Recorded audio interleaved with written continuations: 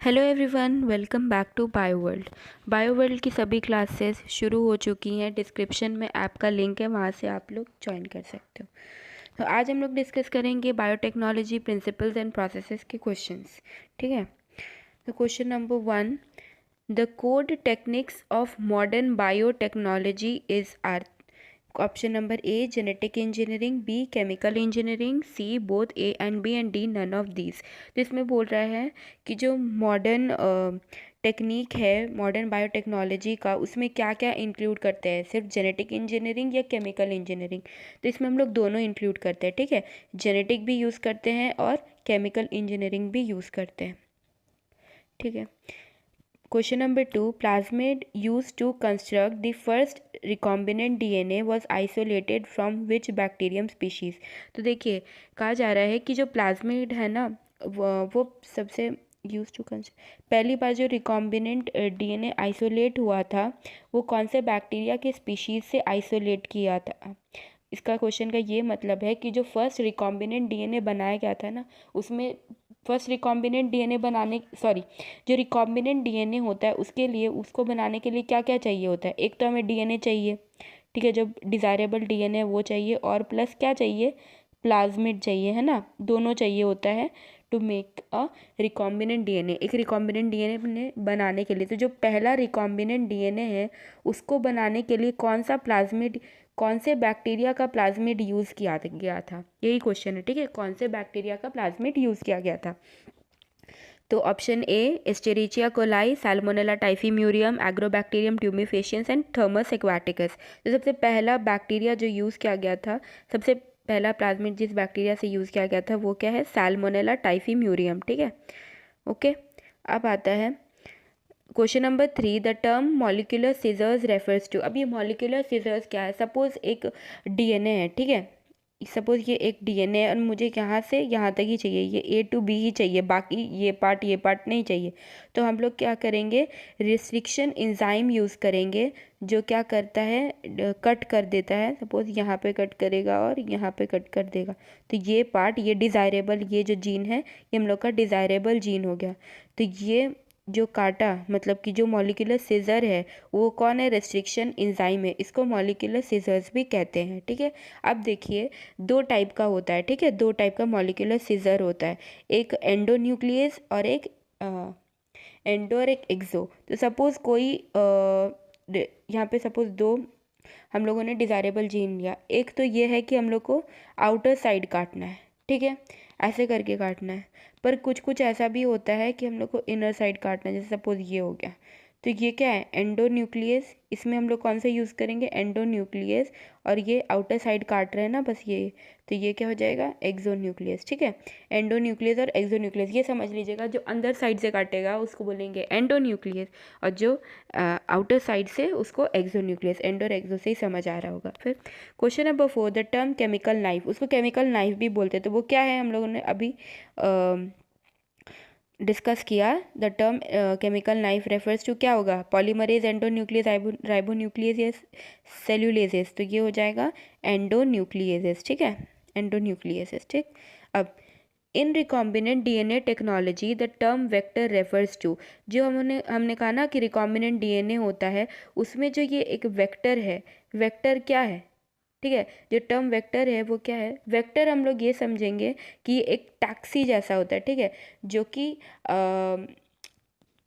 Desirable gene को एक जगह से दूसरी जगह लेके जाए। जैसे कि यहाँ पे देखिए क्या लिखा हुआ है, द इंजाइम, यहाँ पे option number A, the enzyme that cuts DNA into restriction fragments. दूसरा, the sticky ends, the sticky end of a DNA fragment, फिर a plasmid used to transfer DNA into a living cell or a DNA fragment which only carries ORI gene, ORI।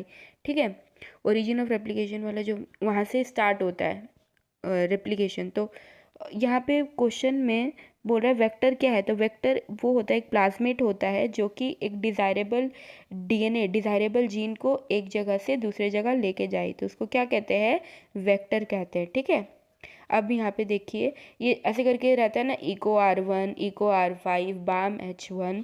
तो यहाँ पे क्या है, are क्या है, तो हम लोग अच्छे से इसको कर लेते हैं। ठीक है, ताकि कन्फ्यूजन ना। इको R1, तो ये वाला जो होता है ना वो जीनस होता है, एक वर्ड पहला, ठीक है, ये जीनस हो गया। ये कोलाई वाला क्या होता है, स्पीशीज होता है, ठीक है, इसका 2 वर्ड लेंगे। आर क्या है, स्ट्रेन है, आर क्या है, स्ट्रेन है, और ये होता है ऑर्डर, इको R1। ये क्या होता है, 1 वाला क्या है जो रोमन नंबर से रिप्रेजेंट करते हैं वो होता है ऑर्डर। सबसे पहला होता है जीनस, फिर 2 जो लेटर आएगा वो होगा स्पीशीज, स्मॉल में लिखना है, फिर स्ट्रेन होता है और फिर ऑर्डर होता है। तो यहाँ पे आर क्या है, स्ट्रेन है ना, तो the name of strain. Okay, question number 7, read the given statement and select the correct option. तो statement 1, restriction endonuclease enzymes recognize a specific palindromic nucleotide sequence in the DNA। अब ये palindromic nucleotide sequence क्या होता है, तो एक palindromic sequence क्या होता है, जैसे कि जो हमारा इको R1 है उसमें जो ये सीक्वेंस होता है वो 6 लेटर्स का होता है, ठीक है, 6 बेस पेयर्स का होता है। तो उसमें क्या होता है, GAATT, छोटा लिखते, एक सेकेंड, क्या होता है, GAATTC, वैसे ही फिर GAATTC ऐसे करके 5-2 3 फिर 5-2 3, ओके, ऐसे करके। तो इसमें क्या देख रहे हैं हम लोग कि यहाँ पे आप लोग देख सकते हैं कि यहाँ से भी वो सेम पढ़ते हैं GATT से, और अगर इधर से पढ़ेंगे तो सेम ही होगा। जैसे कि मैडम, सपोज ये नहीं है वैसे, जैसे कि मैडम हो गया, ठीक है, इधर से भी पढ़ेंगे सेम होगा, इधर से भी पढ़ेंगे सेम होगा, ठीक है। फिर मॉम हो गया, MOM मॉम, ये भी इधर से सेम हो गया, इधर से भी सेम हो गया। ये होता है palindromic sequence, palindromic nucleotide sequence, ठीक है। तो हर एक एंडोन्यूक्लियस, जो रिस्ट्रिक्शन एंडोन्यूक्लियस, उनका स्पेसिफिक पैलिंड्रोमिक सीक्वेंस होता है किसी भी DNA का, ठीक है। फिर restriction endonuclease enzyme are called molecular scissors और बायोलॉजिकल सीजर्स। ये तो हम लोगों ने डिस्कस कर ही लिया कि जो रिस्ट्रिक्शन एंडोन्यूक्लियस होता है ना वो मॉलिक्यूलर सीजर्स भी उनको कहते हैं। क्यों कहते हैं, क्योंकि वो हमारे डिज़ायरेबल जीन को यानी कट करने में हेल्प करते हैं, ठीक है, इसीलिए। तो बोथ स्टेटमेंट 1 और 2 आर करेक्ट हो जाएगा, ठीक है। अब जो स्टिकी एंड्स होता है, the sticky ends of a fragmented DNA molecule are made of, वो किससे बने हुए होते हैं, तो वो होता है अनपेयर्ड बेसिस से बना हुआ होता है, ठीक है। अब देखिए स्टिकी एंड्स रहता है तभी कोई DNA आके फिर बाद में पेयर कर जाएंगे। जैसे कि यहाँ पे आप सोचिए, कैसे बताऊँ, सपोज GAC है, ठीक है, फिर GATC, यहाँ से अगर काट दी हम लोग, ठीक है, इधर से और इधर से, तो फिर ये कैसे बन जाएगा, ऐसे करके, और ACG, तब इनको जुड़ना होगा तो ये जुड़ जाएंगे ना, ऐसे ऐसे G और C के साथ जुड़ता है, फिर ये A और T के साथ, और ये CG के साथ, तो ऐसे करके ये 2 टाइप के जीन इधर से बन गए, एक इधर से बन गया और दूसरा एक इधर से। तो ये दोनों क्या हो गया, स्टिकी एंड्स हो गया, ठीक है, क्योंकि ये आपस में जुड़ जाएंगे, स्टिक कर जाएंगे, ठीक है, कॉम्प्लीमेंट्री होने की वजह से। अब देखिए, how many fragments will be generated if you digest a linear DNA molecule with a restriction enzyme having 4 recognition enzyme, हाँ sites, 4 recognition enzyme having 4 recognition sites. तो सपोज कि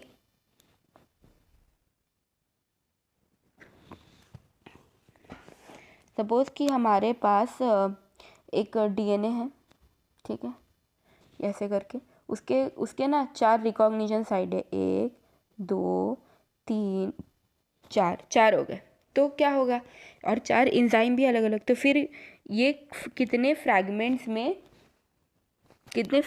बनेंगे, ठीक है। अगर हम लोग वो DNA अलग अलग कर दे तो कितना होगा, 1 काटते हैं 2 बार, दूसरी बारी काटे तो देखिए कितने बनेंगे, 1 2 3 4 5, तो कितना बना, 5 बन जाएगा, ठीक है। तो ऑप्शन नंबर C हो जाएगा करेक्ट, ओके।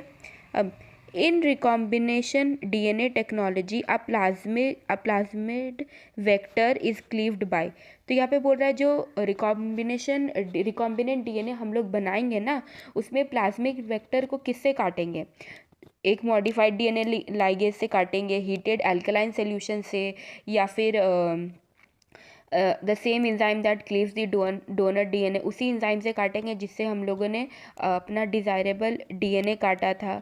फिर the different enzyme that cleaves the donor DNA. ठीक है, तो ये होगा सही answer. The same enzyme that cleaves the donor DNA, desirable gene को भी उसी से काटेंगे जिसको हम लोग प्लाज्मिड को काटेंगे। ठीक है, सेम सेम होना चाहिए, तभी जाके क्या बनेगा, सपोज ये ऐसे ऐसे हैं, ठीक है, तब जाके ये वेक्टर बनेगा। ठीक है, इसको बोलेंगे वेक्टर, ये है हमारा वेक्टर। ठीक, एक सेकेंड, ये रिकॉम्बिनेंट डीएनए हो गया। ठीक है, ये रिकॉम्बिनेंट डीएनए, ये The which of the following steps should be performed by a person in order to visualize the bands of DNA fragments obtained from gel electrophoresis? जो ये प्रोसेस है ना जेल इलेक्ट्रोफोरेसिस, उसमें हम लोग को अगर डीएनए फ्रैगमेंट्स को देखना है तो हम लोग कैसे देख सकते हैं?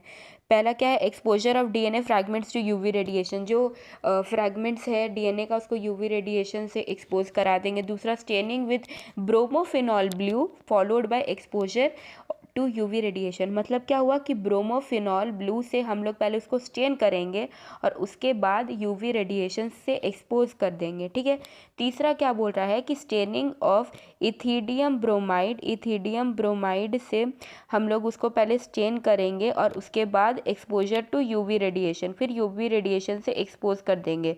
फिर person can see the bands without staining, बोल रहा है कि पर्सन अगर स्टेन नहीं भी करेगा तब भी चलेगा। तो इसका आंसर सही कौन सा है, ये है।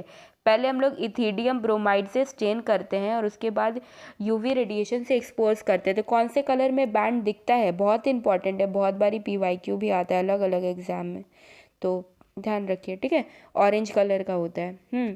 फिर इफ़ यू वांट टू, एक मिनट, काफ़ी इंपॉर्टेंट क्वेश्चन है। If you want to recover many copies to the target DNA, you will choose a vector. अगर हम लोग को बहुत सारे कॉपीज़ चाहिए ना, बहुत सारी कॉपीज़ चाहिए, तो हम लोग कौन सा वेक्टर चूज़ करेंगे? वैसा कि ऑप्शन नंबर में कैसे लिखा हुआ है, which does not have origin of replication, जिसके पास ओरिजिन ऑफ रेप्लिकेशन हो ही ना। दूसरा, which does not have cloning site, जिसके पास क्लोनिंग साइट ना हो। तीसरा, whose origin supports high copy number, जो बहुत सारे कॉपी नंबर को सपोर्ट करता हो। फिर which has only one restriction site, जिसके पास सिर्फ एक रिस्ट्रिक्शन साइट हो। देखिए, अगर कॉमन सेंस यूज़ करें ना तो दो ऑप्शन तो ऐसे ही एलिमिनेट कर सकते हैं। ओरिजिन ऑफ रेप्लिकेशन ना हो तो रेप्लिकेट करेगा, कर ही नहीं सकता, नहीं। दूसरा कह रहा है which does not have cloning site, cloning site नहीं है उनके पास, तो भी नहीं काम चलेगा। ठीक है, और फिर सी क्या लिखा हुआ है, जिसके पास हाई कॉपी नंबर हो। देखिए, मेनी कॉपीज़ चाहिए, हाई कॉपी नंबर, तो सबसे ज़्यादा सूटेबल यही हो रहा है। अगर आंसर ना भी आए तो भी अगर थोड़ा कॉमन सेंस यूज़ करेंगे तो हो जाएगा। तो इसका ऐसे भी आंसर सी ही है। ठीक है, कि अगर कोई हाई कॉपी नंबर सपोर्ट कर रहा है तभी ना हम लोग बहुत सारी कॉपीज़ बना सकते हैं ना टारगेट डीएनए का। ओनली वन रिस्ट्रिक्शन साइट, ये इस कॉन्टेक्स्ट में सही नहीं बैठ रहा है, तो ऑप्शन नंबर सी ही होगा। ठीक है, फिर which one of the following characteristics is generally not prepared for a cloning vector. ठीक है, कह रहा है कि अगर सही नहीं होगा किसी भी, विच of the following characters not is generally not prepared for cloning vector. अगर हम लोग कोई क्लोनिंग वेक्टर बनाना है ना, तो उसमें कौन सा कैरेक्टरिस्टिक नहीं होना चाहिए? पहला, ओरिजिन ऑफ रेप्लिकेशन। दूसरा, एंटीबायोटिक रेजिस्टेंट मार्कर। फिर मल्टीपल रेस्ट्रिक्शन साइट्स, या फिर हाई कॉपी नंबर। तो इसका जो आंसर होना चाहिए वो होगा मल्टीपल रेस्ट्रिक्शन साइट। ठीक है, देखिए, अगर ना कभी भी बहुत ज़्यादा रेस्ट्रिक्शन साइट होगा ना तो बहुत ज़्यादा डिफ़िकल्टी हो जाती है ना, हौच पौच हो जाएगा, बहुत ज़्यादा सही से नहीं होगा, कन्फ्यूजन, मतलब सही नहीं होगा, यही मतलब है इसका। ठीक है, अच्छे से नहीं होगा काम, जो प्रोसेस हम लोग कर रहे हैं वो ढंग से नहीं होगा, बहुत ज़्यादा अलग अलग टाइप के बन जाएंगे, है ना। तो इसीलिए मल्टीपल रिस्ट्रिक्शन साइट नहीं होना चाहिए। देखिए, मतलब ये है कि अलग अलग इंजाइम हो सकते हैं। ठीक है, जैसे कि टेट्रासाइक्लिन का बहुत सारा होता है, BAM-H1 होता है, फिर साल्वन होता है, अलग अलग इंजाइम्स हो सकते हैं, लेकिन हर एक इंजाइम का सिर्फ एक ही रेस्ट्रिक्शन साइट होना चाहिए। अगर मल्टीपल रेस्ट्रिक्शन साइट हो जाएगा तो बहुत ज़्यादा कन्फ्यूजन होता है। तो रेस्ट्रिक्शन साइट जितना कम हो उतना बेटर है, और हाई कॉपी नंबर लेकिन होना चाहिए। ये भी एक मतलब कि कैरेक्टरिस्टिक होता है क्लोनिंग वेक्टर का। ये जो चैप्टर है ना थोड़ा सा कन्फ्यूजन वाला होता है, लेकिन अगर ध्यान से पढ़ेंगे तो काफ़ी मार्क्स भी से डायरेक्टली हम लोग गेन कर सकते हैं, तो ध्यान से करना है। फिर the gene ROP present in the PBR 322 cloning vector codes for. तो हम लोगों ने जो PBR 322 का डायग्राम दिया हुआ है NCERT में, उसमें अगर आप लोग देखेंगे ओराई के पास में ही ROP भी लिखा हुआ है। तो वो क्या सिग्निफाई करता है, किस चीज़ के लिए है वो? पहला, the protein involve in translation के लिए वो प्रोटीन इन्वॉल्व होता है। दूसरा, the proteins involve in the replication of the plasmid, replication of plasmid के लिए।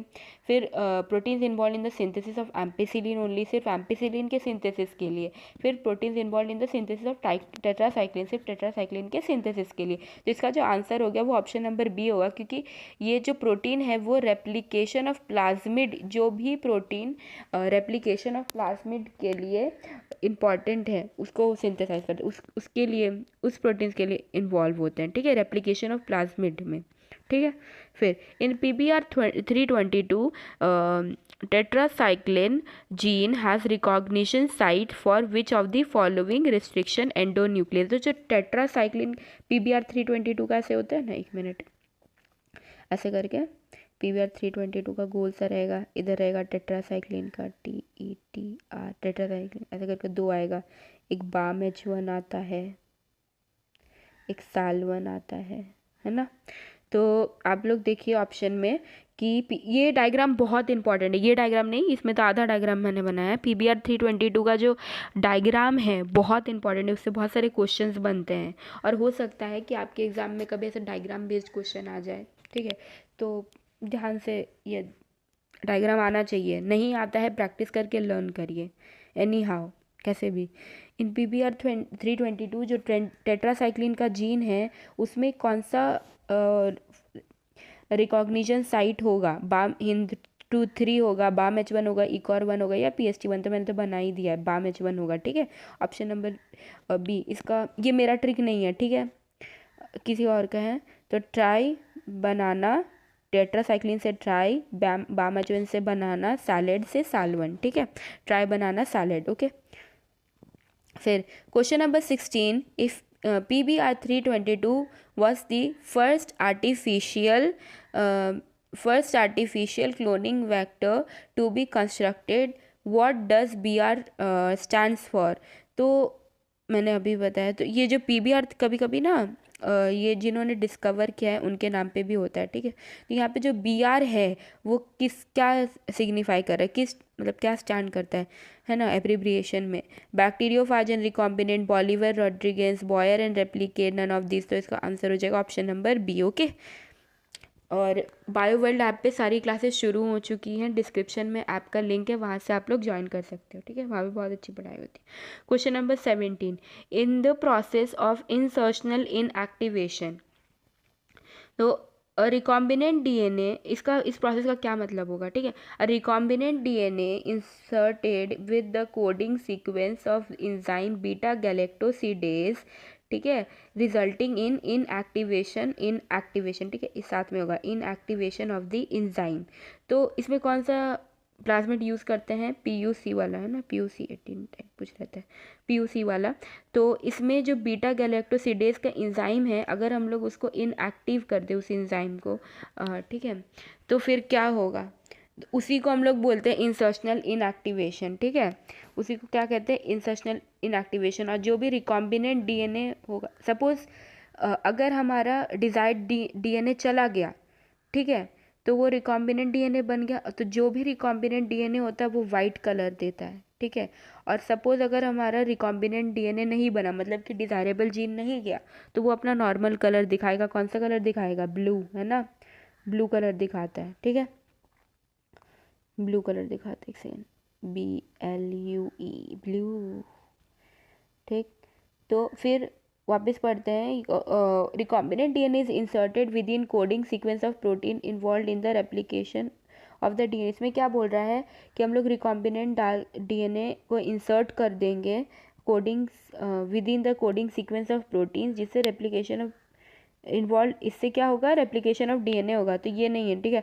Recombinant DNA is inserted within the recognition site for Eco R one के recognition site में इंसर्ट कर देंगे, तो ऐसा नहीं है। इसका सबसे अच्छा आंसर ये है, ऑप्शन नंबर ए। ओके, फिर द टर्म कॉम्पिटेंट, कॉम्पिटेंट मतलब क्या होता है, कॉम्पिटिशन नहीं, कॉम्पिटेंट का मतलब होता है सपोज जो हमारा वेक्टर है या सेल है सपोज, है ना, उसको उसमें अगर हम लोग को डीएनए को डालना है ना, डीएनए डालना है ना हमें, तो क्या करेंगे, तो ये कैसे अंदर जाएगा, तो जी सपोज जो हम लोग को पता है कि जो हम लोग का सेल मेम्ब्रेन है ना, वो हाइड्रोफोबिक होता है, ठीक है, हाइड्रोफोबिक होता है ना, तो उसमें डीएनए कैसे डालेंगे, क्योंकि डीएनए तो हाइड्रोफिलिक होता है, तो फिर अच्छे से तो नहीं जा सकता, हाइड्रो पोलर पोलर को सपोर्ट करता है ना, जो वाटर लविंग है वो वाटर लविंग को सपोर्ट करेगा, जो नॉन वाटर लविंग है वो नॉन वाटर लविंग को सपोर्ट करेगा, तो हमारा जो सेल मेम्ब्रेन है वो नॉन वाटर लविंग है, और जो डीएनए है वो वाटर लविंग है, यानी कि हाइड्रोफिलिक है,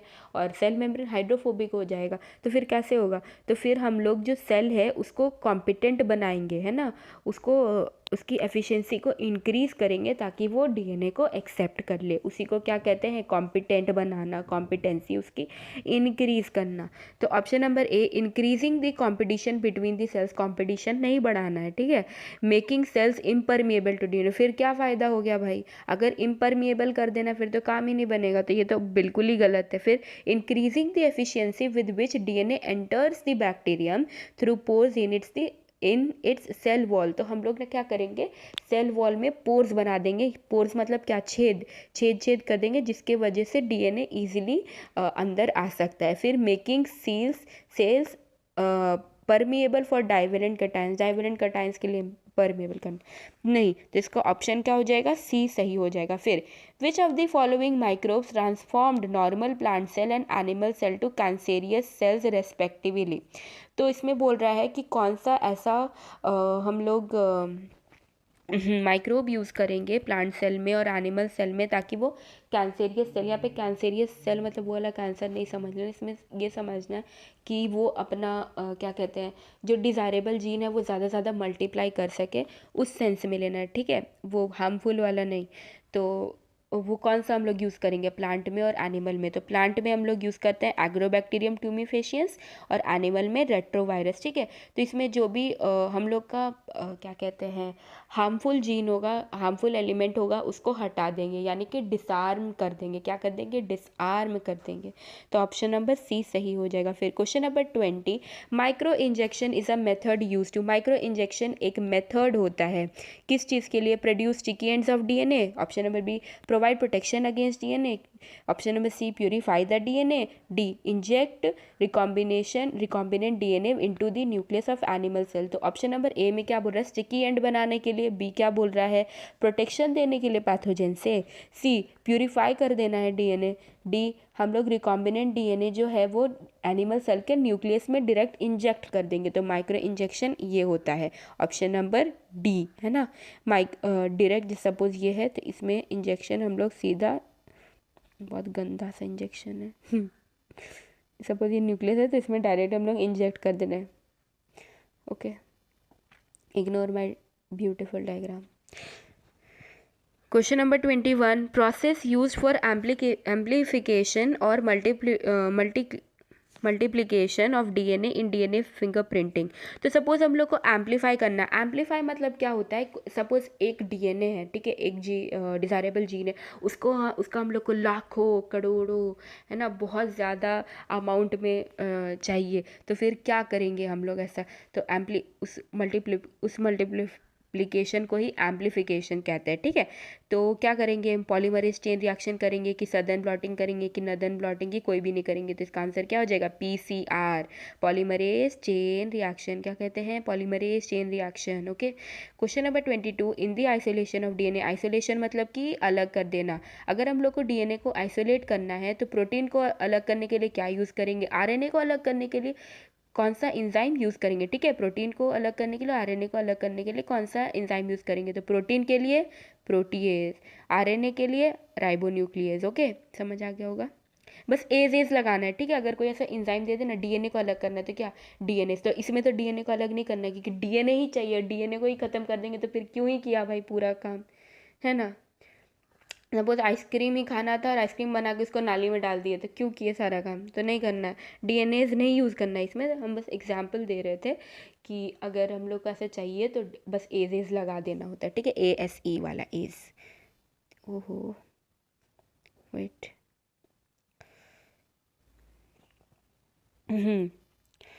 फिर during isolation of genetic material chemical use for precipitate out the pure DNA. अगर हम लोग को डीएनए को प्रेसिपिटेट आउट करना है तो हम लोग कौन सा केमिकल यूज़ करेंगे, है ना। तो हम लोग यूज़ करेंगे चिल्ड इथेनॉल, ठीक है। ये भी बहुत इंपॉर्टेंट है, आता है। देखिए मैंने जितना नोटिस किया है, ठीक है, ये एग्ज़ाम के बारे में, तो इसमें ना बहुत ज़्यादा टफ़ क्वेश्चन, मतलब कि मेरे हिसाब से, ठीक है, उतना टफ़ नहीं आता। टफ़ क्या, अगर आप लोग NCERT पढ़ोगे लाइन बाय लाइन और क्वेश्चन प्रैक्टिस करोगे तब तो टफ़ रह ही नहीं जाएगा। तो अगर एग्ज़ाम क्लियर करना है ऑनेस्टली ऑनेस्टली ऑनेस्टली, ठीक है, क्लियर करना है, तो ये मत सोचिए कि एग्ज़ाम के 2 महीने पहले रहेगा तो क्या कहते हैं, प्रिपेयर कर लेंगे, है ना। जो सिर्फ JCCB वाला ही क्लियर करने की कोशिश कर रहे हैं, ठीक है, जो सिर्फ उसी एग्ज़ाम के लिए प्रैक्टिस कर रहे हैं, मैं उनकी बात कर रही हूँ। या फिर जो अलग अलग बड़े बड़े एग्ज़ाम्स भी होते हैं ना, उनके लिए कर रहे हैं, उनके लिए फिर भी ठीक है कि वो कम टाइम में कर लें। लेकिन जो नहीं कर रहे हैं, कि जो ऐसे सोचते हैं कि नहीं कुछ पढ़ ही नहीं रहे, 2 महीने आएगा वैसे पढ़ लेंगे, तब क्लियर करना बहुत ही मुश्किल हो जाता है, क्योंकि बहुत ही कट थ्रोट कंपटीशन होता है। सिर्फ और सिर्फ 50 सीट्स, ये सबको पता ही होगा। तो फिर अभी से ही प्रैक्टिस करना है, पढ़ना है, रिवाइज करना है, ठीक है। सॉरी ज़्यादा ज्ञान दे दिया। Question number 24, enzyme Taq polymerase used in PCR has been isolated from bacterium. तो जो टैग पॉलीमरेज है वो किस एंजाइम से हैज़ बीन आइसोलेटेड, कौन से बैक्टीरियम से आइसोलेट किया गया ये टैग पॉलीमरेज, तो ये है थर्मस एक्वाटिकस, ठीक है, थर्मस एक्वाटिकस। क्वेश्चन नंबर 24, ये भी आ सकता है, ठीक है, ये भी आ सकता है। फिर ये भी बहुत इजी सा क्वेश्चन है, मैंने अभी कहा था ना आपको कि which of the following is not correctly match for the organism in its cell wall. Enzyme बनाना, देखिए प्लांट सेल में हम लोग को पता है, देखिए अब मैं एकदम आप लोगों को पता ही होगा। देखिए जो प्लांट सेल होता है उसका जो सेल मेम्ब्रेन होता है किससे बना होता है, बताइए, बताते जाइए। सेल्यूलोज से बना होता है, ठीक है, सेल्यूलोज से। एक सेकेंड, सेल्यूलोज, ये लिखा ही नहीं रहा, एक मिनट, सेल्यूलोज से बना होता है। तो देखिए मैंने कहा था ना, बस एज कर देना, प्लांट से सेल्यूलोज, ये तो बिल्कुल सही है। बैक्टीरिया में मिथाइलेज नहीं होगा, ठीक है, वो पेप्टिडोग्लाइकन से बना होता है, उसमें लाइसोजाइम लगता है, लाइसोजाइम। तो ये बस एक थोड़ा एक्सेप्शन है और यही गलत भी है, ठीक है, लाइसोजाइम लगेगा, क्या लगेगा, लाइसो, एक मिनट, लाइसोजाइम।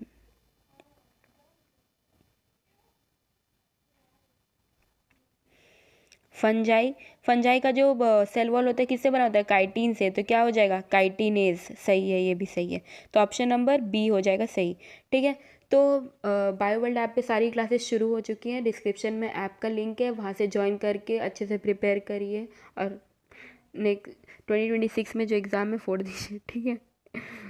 होप से सबको समझ आया होगा, जिसको नहीं समझ आया, कुछ भी डाउट है तो, या फिर मेरे से कोई गलती हो गई जल्दी जल्दी में बोलते हुए, तो कमेंट कर सकते हैं आप लोग, और पसंद आए तो like share and comment please, थोड़ा सा फीडबैक मुझे भी चाहिए।